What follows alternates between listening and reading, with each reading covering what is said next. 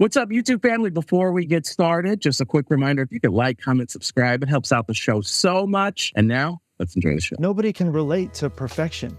You know, we can relate to somebody who's messed up and admits it because we see the messed up in ourselves and we're like, oh, you're not perfect either. All right, let's talk, let's hang out. So it's become so much better for me in the inside, just being more free and saying, hey, here's where I'm messed up. And then it's helped me become a better friend, a better family member, a better therapist, just to be open. The SelfHype Podcast. Hello, everyone. Welcome to the SelfHype Podcast, brought to you by Chobo Studios. I am your host, Eli Vasquez, and I can't tell you how excited I am of this episode. Trey Tucker, licensed therapist, over 1 million followers. That's besides the point. He is a positive male therapist that tells it like it is in terms of healing, growth, wounds, attachment styles, and the male experience. When I made this podcast, I wanted a male POV, and I shot for the freaking stars when I reached out to him, and he said yes. I can't tell you how impactful this episode's going to be. We're going to dive into it in terms of the hangups of the masculine men experience, how you could get them to open up more and connect with you, and overall your personal development and what things that you need to look for in terms of your past, of self-awareness, and how to grow and expand like never before. It's all happening on the SelfHype Podcast, baby, starting right now. Y'all, I am hyped. I'm like geeking out right now. I can't believe I've seen this man's background and him in these digital streets for so long, and now he's on the SelfHype Podcast. Y'all are in for a treat right here. You know, Trey Tucker is a licensed mental health therapist, speaker who has amassed over 1 million social media following. So that's how you know he knows what he's talking about. He's worked with corporate leaders, entrepreneurs, athletes, parents, students, organizations to maximize performance and results, improving their mental health. What's up, Trey? So happy to have you on the SelfHype Podcast. Eli, this is awesome. I've been looking forward to this all week. Can't wait to dive in with you. And let me tell you, you mentioned the background. I got to clear the record just real quickly because some people, my friends will tell me, hey, I saw you on social media.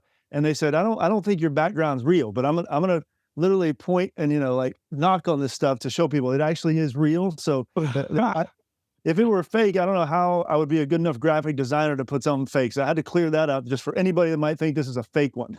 I love it. Okay, that's good to know. Just in case anyone's wondering, yes, it's not CGI.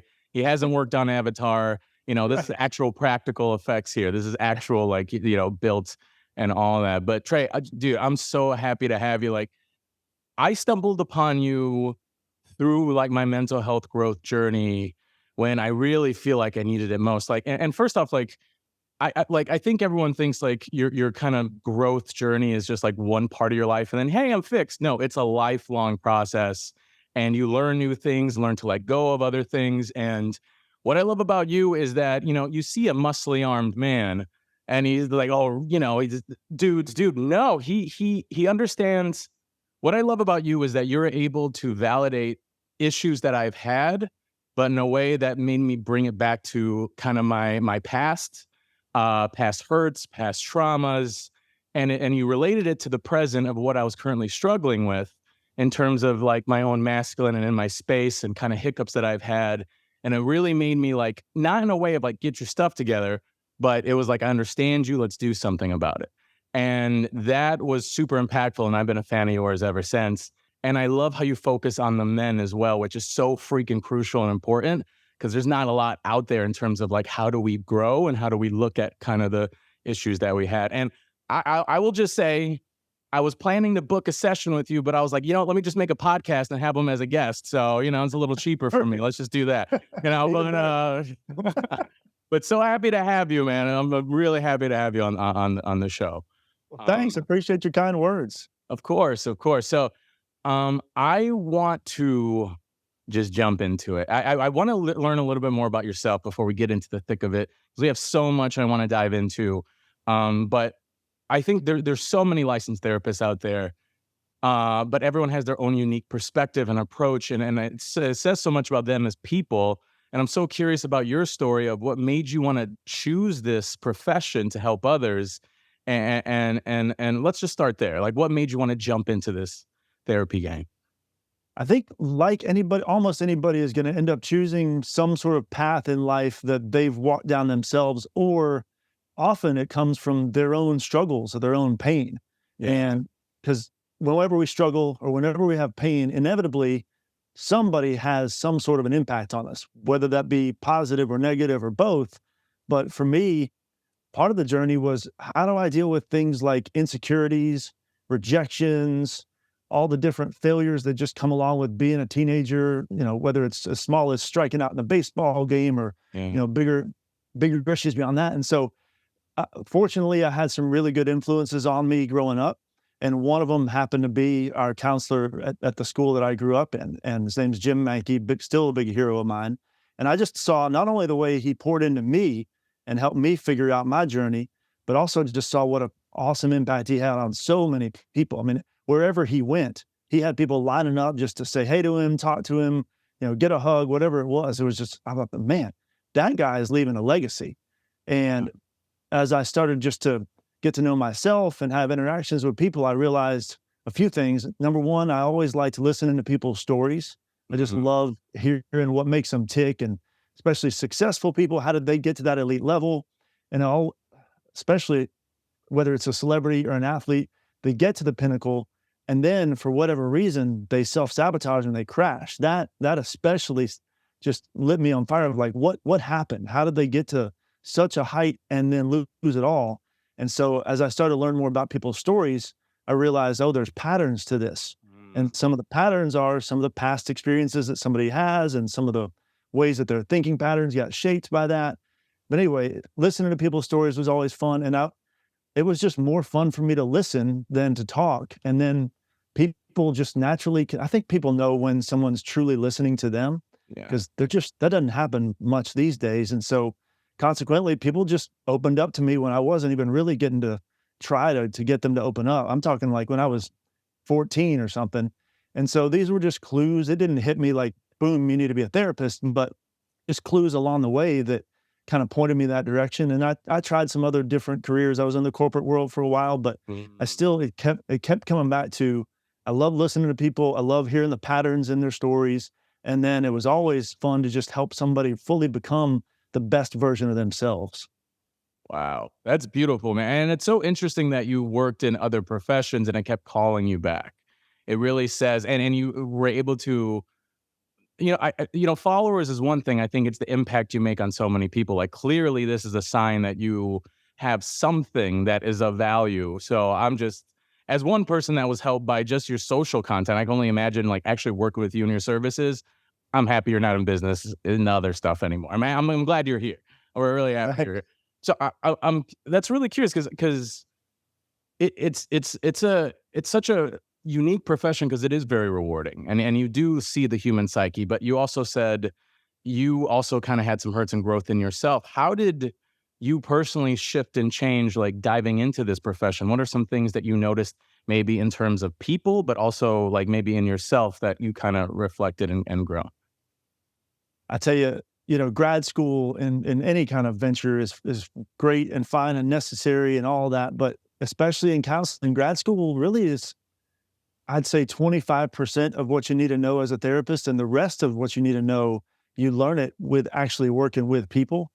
And so one of the things I realized about myself is that, oh my goodness, there's a lot of stuff that I really hadn't dealt with even after becoming a therapist. And so I can only help somebody to the extent that I've actually worked on myself, because if I'm kind of blocked in certain areas, then, I may be able to take them a little bit of the distance. But if I've done a whole lot of the work and pushed through some of the difficulties, then not only do I know the direction to go, but I can also share with them some of my experience, and that gives them some more confidence to see like, all right, well, if this dude can do it, then, I can too. And so, as I look back on, you asked kind of maybe some of the things I learned about myself. One of the things is that I realized at some point in my journey, I just kind of internalized the message that I have to look like I've got it all together. Like I've got it all figured out. And nobody ever told me that. Nobody ever came up to me and said, hey, you better do this. But I think so many times the experiences that happen around us or to us, they don't have so much impact on us as the message that we take away from that experience. And so I think about different times in my life where like I messed up in front of people or I got embarrassed, and obviously that's pain. There's some shame involved in that, whatever the uncomfortable emotions are. Yeah. I think over time, I just started thinking, well, I can't ever let this happen again. I can't mess up. So I better just appear perfect. Wow. And that's still something I will notice that starting to rise up in me still. And now I can recognize it a little faster and kind of turn the other direction. But for a long time, I had no idea I was doing that. But what I also found is that tendency in me to feel like or try to appear that I had it all together, that would created a barrier between me and friends, family, therapy clients, whatever, because nobody can relate to perfection. You know, we can relate to somebody who's messed up and admits it because we see the messed up in ourselves and we're like, oh, you're not perfect either. All right, let's talk, let's hang out. So it's become so much better for me in the inside, just being more free and saying, hey, here's where I'm messed up. And then it's helped me become a better friend, a better family member, a better therapist, just to be open. I think that's so telling. And I think what's so impactful is like you being honest with that, because you see, licensed therapists, million followers, working with people across the board. Like obviously he has it all figured out. It's so wild that the one thing that was holding you back was to give this perception that you have it all figured out. And I love what you said of like, those things still happen, but I have a system in place that keep me on course, which I think is so telling, because us as a society, we think we have to reach this perfection or we have to be fixed in some way. But I love that you said that like how you relate to people is like not perfection, is the flaws, but this is what I did to work through it. This is how I manage myself. And that's really what we're all should be trying to get versus this, this, I finally figured out, or this, say like this, like pursuit of happiness, right? Like this like, I'm just like one house away or one partner away or one something away or one therapy session away for like, okay, I'm fixed now. Everything's done. Like it's a managing, right? It's not just like a one all done. Like, how do you think like in that mindset, how do you think that like impacts like society and in terms of people? Cause that's pretty common, right? Like, I don't know if you found that with your clients. Oh yeah, and more often than not, it happens with men, but women as well. It's just it's a sneaky thought, and we don't even realize it's in there for so long. But when it does finally dawn on us that, oh yeah, I'm hiding my flaws, I'm acting like I don't have any, then everybody has a choice. They can keep on hiding it, which that's totally their prerogative, or they can do something different. And the path to freedom is doing something different. In other words, nothing changes if nothing changes. But yeah, I think there's so many topics we could hit on this, but one of the things that people tend to buy into, a lie that they tend to buy into is, I'm like you said, I'm one partner away, I'm one house away, I'm one job promotion away from finally like being happy. And part of the flaw in that is if you chase happiness, if that's your ultimate goal, you're guaranteed to miss it. Totally. Because you can't.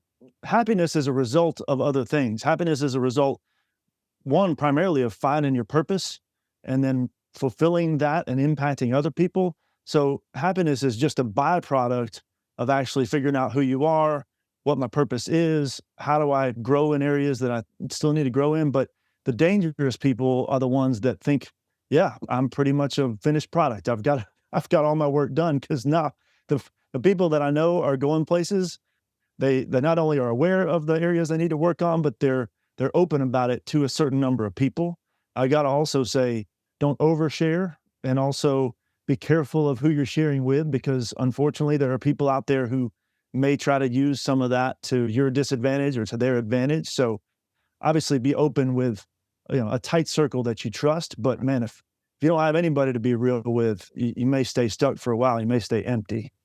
Man, that's so real. Like, I love that. Like this, I love what you said in terms of like, it's the people that don't have that self-awareness, that think everything is great. That's where it gets dangerous. Like, I work with people, I talk with people, and they're like, I feel so bad for doing this thing. Like, I feel so like, oh man, I don't want to do this anymore. I want to be better. I want to do that. I feel like a bad person. And I can't help but stop and think like, dude, like the fact that you care so much and you're so self-reflective and you want to change, like I can't help but feel like there are people that think what they do is fine, even if it's destructive, even if it's all those things where they don't take the time to kind of see where it's coming from, and that self-reflection, which I think is like key. Like because a lot, I'm sure what you probably dealt with, and a lot of the things that like my listeners deal with is like, the people that they try to connect with have all these flaws, but in turn they have these flaws as well that maybe they're not self-reflective of. And I can't help but feel that a lot of it is like a symptom, like the people that we attract is maybe a symptom of something else, maybe like a past, maybe like love that we're used to, maybe it's not the healthiest.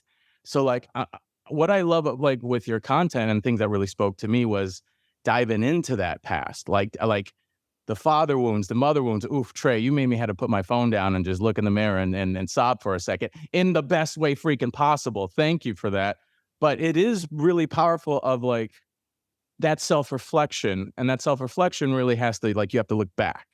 So I'm curious of that process of how does that self-reflection and past like can affect the present in terms of the people that we attract or ourselves in general in terms of our mental health and beyond.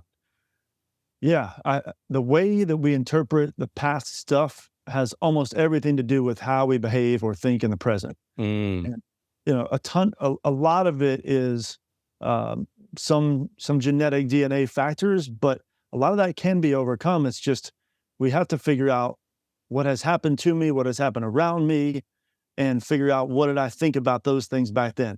Just like, with, let's say, when I struck out in a little league baseball game, that, just looking back on it, that's such a minor thing. Right. But those types of things happen to us and they start stacking on top of each other.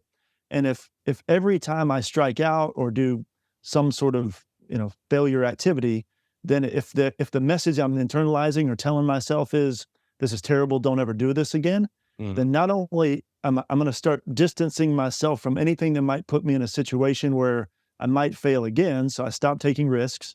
And then also, it very, very easily turns into not only did I just fail at that, but I'm a failure. Because if I'm interpreting some sort of pain or strikeout or missing the mark as all bad and no potential benefit from it, then eventually I'm going to get tired of that, and I'm going to start getting tired of myself because I'm the one that keeps failing. So yeah, to answer your question, we're a product of not just our experiences, but the way we interpret our experiences. And it's those messages. I think I did a video on this a long time ago. Think of your brain when you're really young, like wet cement.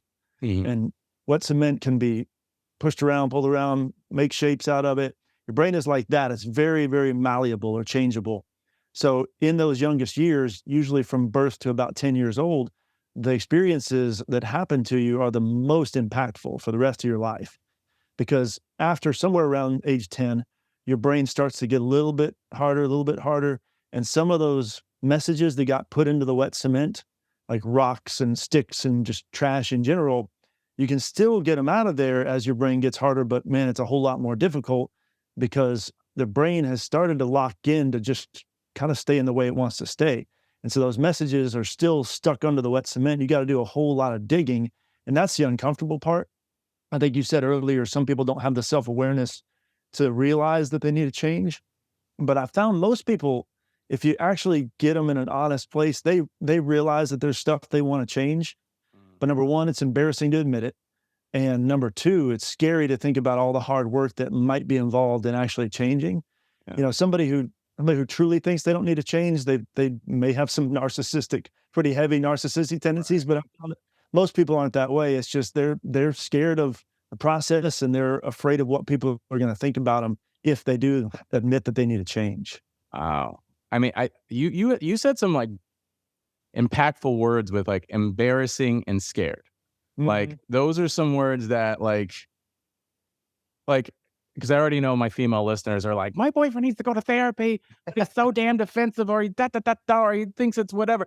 But like you work with a lot of men, and I'm curious of like, and you, a man in yourself, of like diving into this work and being a product of it and having the benefits of it, of like, what are the commonalities that you've seen in terms of like the men's process in diving into that embarrassment, or even being open to diving into that work, right? Like, I think a lot of people are like scared. I knew personally, for me, that was my last step, was therapy.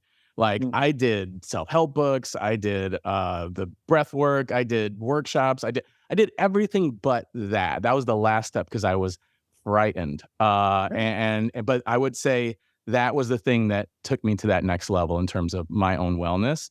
But it was scary. So I'm curious on your thoughts on that, working with men, those struggles, and what do you think it like takes to get to that show of doing that work? Well, our decisions work for us until they don't. What's up, y'all? Sorry to interrupt. I know you guys are enjoying the episode, but real quick, I want to tell you about the Patreon. You could join it, so many different perks, early access. You can even ask me a question that can even get on this show. So it's all patreon.com/selfhype. Check it out. Now, let's get back to it. Our decisions work for us until they don't.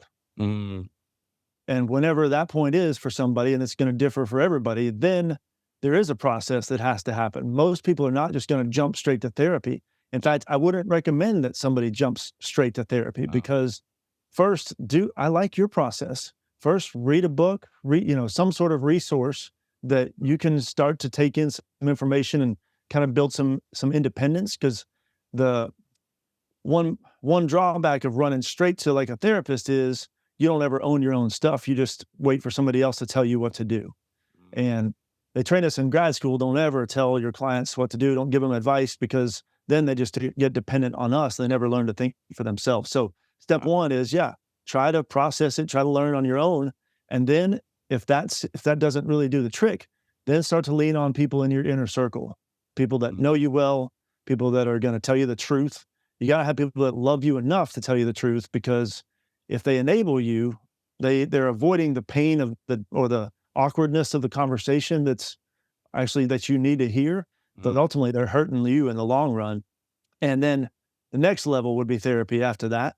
So that's the process for anybody, men or women or teenagers. But I will say this, on the level of therapy, I liken therapy to like an oil change for your brain. So you wouldn't drive your car around for like 2 years without changing the oil. And it's the same thing for your brain. A therapist, a good therapist who's trained, they can serve even at the bare minimum. Even if there's nothing you really need to go in and work on, they can just ask you certain questions that help you figure out, like, okay, here's some of the old oil that I need to purge out of my brain. And then that therapist can also give you some new oil to get your life running even a little bit better than you were when you came in. That's fantastic. I love your analogies. They're so easy to absorb. That's why I like your content's dope. I'm like, oh, I get that. That's not too good, but I'm like, that's good, but that's totally right. And thank you for validating my experience. I will say that up until this point, I felt a little ashamed of it. Took me this long to get to that point where I knew it was necessary, but I did feel like I was scared. I felt like I built my life on like a deck of cards, and I was afraid going to therapy, they were just going to pull that card from the bottom and it was all going to drop. But I will say that, like, when I did go in and I had a female therapist as well, I was like struggling with some like relationship stuff I had. And I put so much weight on myself. I felt like a bad guy, and I felt empowered. Not every session's that way, but I felt really empowered in that way, where I'm like, the fact that you're here and you showed up and you want to do this work is very telling. And I try to tell dudes too that like therapy's dope, because like I'm on TikTok. I see a lot of men content, and constantly what I hear is no one hears them. No one hears them. No one cares. No one like cares about their feelings or whatever. But I'm like, okay, like your partner doesn't hear you. Like society doesn't hear you. Your family doesn't hear you. There's this space where this professional like hears you, and you're able to like work in this way and be heard. So like I try to like push that for dudes. It's like, a mental health like OnlyFans experience. Like, I don't know. It's like something like that. But it's like, it's like you get to pay someone to listen to your feelings and thought, whatever. Yeah. But well, it's empowering when you go to therapy for the first time, or even at any point in the journey, when you go, it is empowering because you're doing something that takes guts. You can't be courageous if you're not afraid. So fear is required in order to do something courageous. And stepping into an office or a screen where you don't know this therapist, like you've never seen them before in your life, and all of a sudden the expectation is I'm going to talk about things I've never talked about to another living soul. Of course, that's scary. So yeah, when you do it, you should feel empowered. You should feel confident because this is something that not many people have the guts to do. Thankfully, it's getting more normalized where more and more people are having the guts to do it. But if I don't know who I am, then I'm going to be running around to every person trying to convince somebody that I'm just this fake version of myself. And you can call it imposter syndrome if you want. You can call it a false facade or a mask we wear, whatever. But if I have a really strong sense of who I am, not that I'm perfect, I know basically this is me. Here are the qualities I like about myself. Here are the qualities I would like to work on or don't like so much. And I know, generally speaking, I'm going to be all right. I've been through enough stuff, and I don't need your opinion of me to make me okay. Now, those kinds of thoughts come along with knowing who I am. So that, number one, that brings stability, that brings a level of confidence, and then figuring out not just who I am, but what am I here for? Because, I mean, if you just go outside and look up at the sky, you feel pretty dang small. And so I think a lot of times we get so lost in our own life, our own details, our own problems, even our own successes, and we start to just believe that, well, life is about me and getting all I can. And again, just look up either at daytime or nighttime. I love going out at night and seeing the stars and the moon and realizing, wow, how small must I really be? And that helps me realize there must be some reason I'm here. I'm not just here to get and take. And I start to think, okay, well, what are some of the traits in me that I can use to impact somebody else? What are some of the experiences in me that I've been through that can help somebody else? The research shows that figuring out what you believe about things like your spiritual beginnings, your worldview from a spiritual perspective, all of those thoughts are actually part of achieving what some people would call happiness. But figuring out your purpose gives you a sense of, all right, I actually have a mission. I've got a battle to fight. So like in my office, I have a sword, a big, like a kind of a Braveheart looking sword above my desk. And number one, it serves as a pretty cool conversation opener because people point at, why do you have a sword? Yeah. And one of the reasons I have it up there is because it reminds me that I've got a battle to fight every day. In other words, I'm fighting for people. I'm fighting against suffering in whatever different way I can, whether it's mental health or some of the causes I'm involved with. But just seeing that sword gives me a sense of urgency of, all right, what am I doing today to help out? But it also gives me a purpose to know, the ups and downs of life are going to come. But at the same time, I know the goal line I'm shooting for, and that's to impact people. Personally speaking, I'm a little more open and to speak about feelings and things than the average guy. I grew up with a lot of estrogen and my mom and an army of sisters and things. But still, I'm like, I grew up in a society that prompted a very particular type of masculine in terms of TV, media, what have you. And no one was really showing any vulnerability. No one was talking about emotions. James Bond wasn't in the therapy chair talking about his feelings. That's not what was happening. Han Solo's not like, maybe he grows a little bit, but he's not, crying and stuff. So you don't want to. And I can't help but feel that there is effects to that. And I see all the time on my social of I have a lot of female listeners that struggle with the dudes that they're trying to date or their partners or what have you because of that lack of vulnerability. And I'm curious, in your mind, like, what are those, how is it affecting, people and society and relationships, you think? And like, what are some things that we can do about it? I know it's a big question, but I'm curious just your thoughts initially with what I'm saying. Yeah, I mean, anytime that we don't want to get vulnerable, it's fear. Sometimes the fear is healthy. So like I said, don't get vulnerable with everybody. You need to have a healthy fear of who am I actually getting vulnerable in front of. So it could be a healthy fear. And then if it's with your people that you truly trust and have your best interests at heart, then that fear is more about, what is this going to say about me? That's shame. Shame is the disconnector of people. It's also the disconnector of somebody inside themselves. Shame is also the biggest driver of addictions. So So we have to acknowledge that getting vulnerable is scary. Let's get that out of the way. We've already said that. It could be for a healthy reason. It could be that you don't need to open up to this particular person. But once you realize, okay, I'm around somebody who's safe, now what is my fear? Okay, my fear is that if I say this thing that they're going to run away, or if I say this thing that I might start crying, whatever it is. But if you actually show the struggle, if you actually show the flaw, it brings relational connection at a level you never have experienced before. And man, you talk about feeling fulfilled, joyful, even happy. That's what it brings. And I love this story. So Frank Sinatra, dude, I don't know if people know much about Frank, but like he was the man's man back in like the 40s, 50s, 60s. Everybody looked at him as like, all right, this guy, he's just what every guy wanted to be back then. Yeah. Well, later in his career, he was still touring. I think he was probably in his 70s, something like that. And one night during a show, he literally forgot the lyrics to the song in the middle of the song. And so he stopped, the band stopped, and he looked down and he said, I forgot the lyrics. And it's silent in the place. And somebody in the upper deck goes, it's all right, Frank. We love you. We love you. And just boosted the guy up in this moment of weakness. And apparently people who were there said you could see something wash over Frank, like, whoa, just a boost of energy hit him, and he remembered the song lyrics and went on to finish the show in a powerful way. So just being open gives other people a chance to pour into you, and it gives you a level of intimacy and boldness that you might never have experienced before. Wow. That's like, it goes back to like, no one could connect with perfection.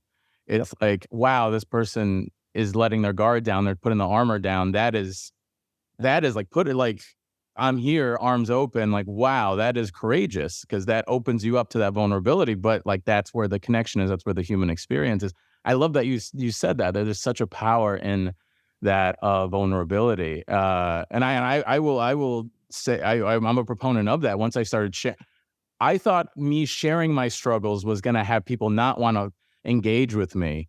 In actuality, it's what did. It's like I have a TikTok account with majority women in the love dating space, and I'm a dude, and it's because I talked about my flaws and how I worked through them. Like, very much when I was player McGee, I was my most insecure because I wanted to seek validation because I didn't see validation in myself. I was only as good as the amount of women that like me. So, and that didn't serve me. Like, at a certain point, I hit a wall and I wasn't happy with where my life was. And you see kind of what you're saying, like the actions that you take don't end up working for you anymore. And then you have to do something different. And I hit a freaking wall. With that said, I'm kind of curious, like, say there's a woman that's like, I just want my partner to open up, but he's like, maybe he's not open to it. Is it where he needs to come to that decision, or is there a certain way to kind of open that up to him to be able to kind of share that vulnerability? So I'll answer that question by taking something that I heard you just say. You said that the validation you were seeking was the need. And now I'm kind of putting extra words to it, but yeah, you went through a process. You realized, okay, the need is validation. And then the lie that I believed is that if I get just more and more women to like me, then that will actually give me the validation I need.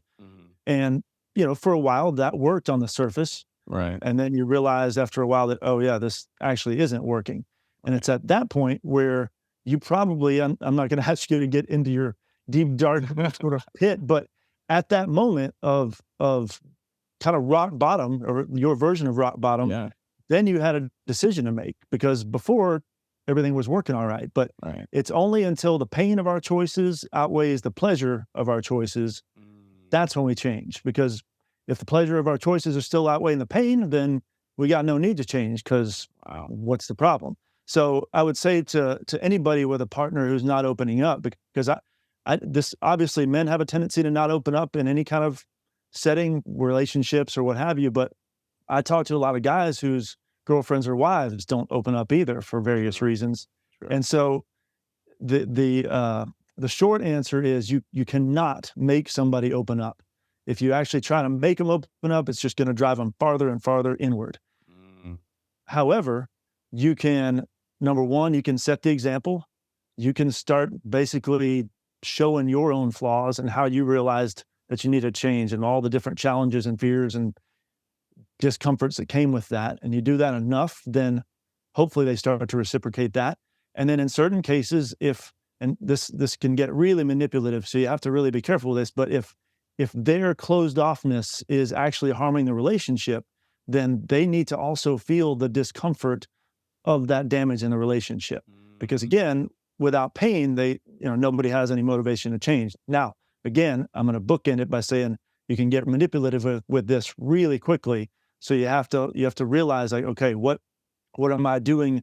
What kind of quote unquote consequences am I bringing? Because if it's still you just trying to get them to change, going back to it's not going to work, it's going to drive them away, and it just creates toxicity. Right. Thank you for answering that. I really appreciate it. I think that's extremely helpful. I always say it's like, yeah, it was my personal pain and I wanted it to be better for me, obviously for others as well, but it's like I had to see it, right? So I thank you for hitting on that. So like with that said, I want to hit on a couple, like you dropped some gems in like 30 seconds or less where I'm just like, oh my God, in terms of like the struggles that, men face, but also, people in general. And I'm curious, like if I want to hit you with like some commonalities of, say, toxic behavior or red flag behavior, and if you could dive a little deeper and maybe where the psyche of where this person's coming from and why they do what they do, just to give us a better understanding of why. So I think the big thing is like, why do they do this? And I'm like, still, maybe you shouldn't condone it and be with this person, but some deeper thinking of maybe where it's coming from. So with that said, when it comes to the chronic cheaters, where do you think that comes from in terms of like this person cheated on me and they continue to cheat on me and what have you? Like, where do you think that comes from?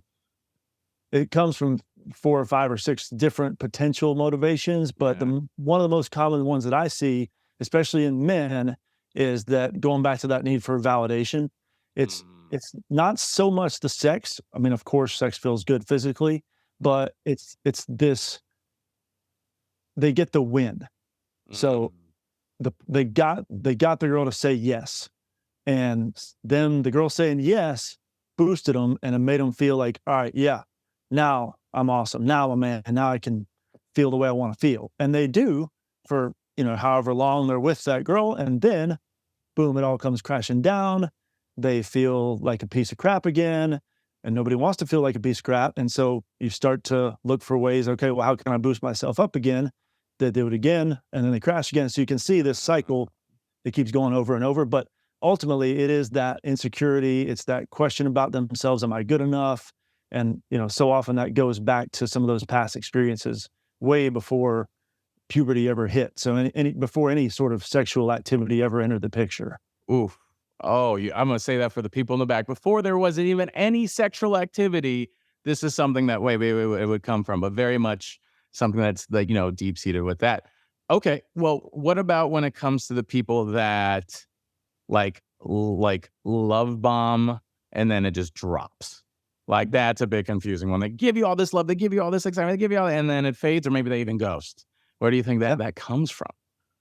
That probably 3 come to mind, and again, each situation is going to have its own different angles, but the biggest one is probably some version of like anxious attachment, where if I can get that connection, it feels good, and then if I stay connected long enough, I realize, oh, they're going to actually like rely on me, and they're going to need me, and they're going to know me at a deeper level that I'm really comfortable with. And so, yeah, I got them to say yes to a few dates, but I'm not ready for this intimacy, so I'm out. It can come across as using the other person, and in a way that's the result, but the intention usually isn't that. Now, sometimes the intention is to use the other person, and that's a lot of times where a lot of times you see narcissists who are love bombers. They need the other person to say yes to them because essentially they need to be worshipped. So at first, if they can love bomb you and get you hooked, then they'll expect you to continue to reciprocate, where they stop love bombing you, but they want you to pour it onto them. Again, that's very rare. You see it a lot in social media because unfortunately that kind of behavior drives view, or that kind of topic drives views, but truly narcissists are a small percentage of the population. But that can be one of the motivations of love bombing. Yeah, you hear that, everybody? It's like, no, I swear my ex was a narcissist. Maybe, but everyone's ex was a narcissist. I'm like, it's like everyone's healing, everyone's doing their best in these streets. Good Lord. Well, thank you for hitting that. Last one. I will say like the avoidant attachment style. I think that's more common than not. I've seen a lot of, partners say like, maybe they're more on the anxious side, but this person's avoidant, maybe even defensive. Where do you think that kind of stems from when it comes to those avoidance? I'm glad you asked this because I realized I misspoke when I was answering earlier about the love bombing thing. A lot of times it's the avoidant personality or avoidant anxious that they'll love bomb at first and then withdraw. I said anxious and meant to say avoidant, but avoidant, there's never a clear answer as to why some of these attachment styles are the way they are. I think most people, if you were able to somehow get like a spectrum to draw it out, most people have a mixture of different styles. It can be based on the person that you're around. It can be based on the situation that you're in life. But generally speaking, somebody who is avoidant, how do I put this in a short time here? But the idea is that if I'm avoidant, then that means I don't feel like I've got what it takes to really be there for you. And the idea that you need me is just overwhelming because I don't think I can come through for you. And so it's not so much of a message about the other person. It's more of a message about like, I don't have the stuff inside to actually support you and be there for you. So I'm just going to save us both the pain and avoid or get out. Yeah. I will plus one what he's saying, everyone. I'm an avoidant. But I'm a mature avoidant now. I verbalize and say, hey, I love you so much. I just need to go for a walk. I'll come back and we're going to have so much more of a productive conversation because of it. But just FYI, I'm plus one-ing everything. I was very anxious because I DM'd you. I'm like, he's not going to see it. There's no way he's going to see it. And then he saw it. I was like, anxiety. But I'm like, but now I have this. I'm like, okay, calm down. And then even today I went to the gym before and I'm like, all right, I'm hyped. Like, and then what I thought initially was like, okay, no matter what, I want to give as much value as I possibly can to the listeners. And I know this is his passion. This is what he cares about. I know he's on the same mission. So as long as we stay on the same mission, it's going to be fine. And dude, it's been freaking amazing as a guest. And I would love to hear if you have anything coming out, how we can connect with you, social, all that. Like, please let the world know how we could get to know more Trey. So before we get to me, I want to tell you, you're helping a lot of people, and I see your content, I see the comments from the people that you're impacting. So it's an honor to be in. Speaking of having a battle to fight and a mission, it's an honor to be in the same battle with you on your side. So thank you, man. Keep doing it. And yeah, people can find me online at Rugged Counseling on most of the social medias, ruggedcounseling.com. I've started a new 5-minute daily show that has a mix of psychology and business strategy with a friend of mine who's in the business world. So if people have an interest in that combination, that could be interesting as well. Oh, phenomenal, man. Thank you. And I have like a feel good notes journal on my phone where I just look at when I'm having a bad day. Now I could say, freaking Trey Tucker said, keep doing what you're doing. I see your stuff, dude. Keep writing. I'm like, appreciate you, man. Appreciate you. And thank you so much for being a part of the show. Right back at you, man. It's been a blast. Let's do it again. Thank you so much for listening to this week's episode of the SelfHype podcast. Trey Tucker is freaking phenomenal. Please check out his links. This man's dropping gems. It's so rare to find a healthy male in the digital space that tells it like it is in a very impactful way. Again, he's like a hero of mine, and we got to talk after the episode, and he's like, we got to stay in touch, and he was giving me tips and tricks, and he's like the most phenomenal dude ever. I just wanted to add that in, just how genuine and straight up he is, and as accomplished as he is, and his humility, because he didn't have to do that. So thank you, Trey, for being a part of this show. Thank you all for listening. Patreon community was good with it. Thank you for supporting your boy. It's all brought to you by Chobo Studios. It's a Chobo show. And if you're interested in joining the Patreon, we got so many gifts. I got a secret mini toolkit of growing and growth and how to stay the course and hold yourself accountable in terms of your growth and wellness by Trey. Also, tons of extra goodies as well in terms of content on the Patreon. And if you're loving this, give us a shout out, share it with your friends and family, give us a good review. And also consider coaching, working with me. Why not? Everything link in the bio. Thank you again for being a part of this and letting me do this thing. I don't take it lightly. This is a beautiful experience, and I will see you all next week. The SelfHype Podcast.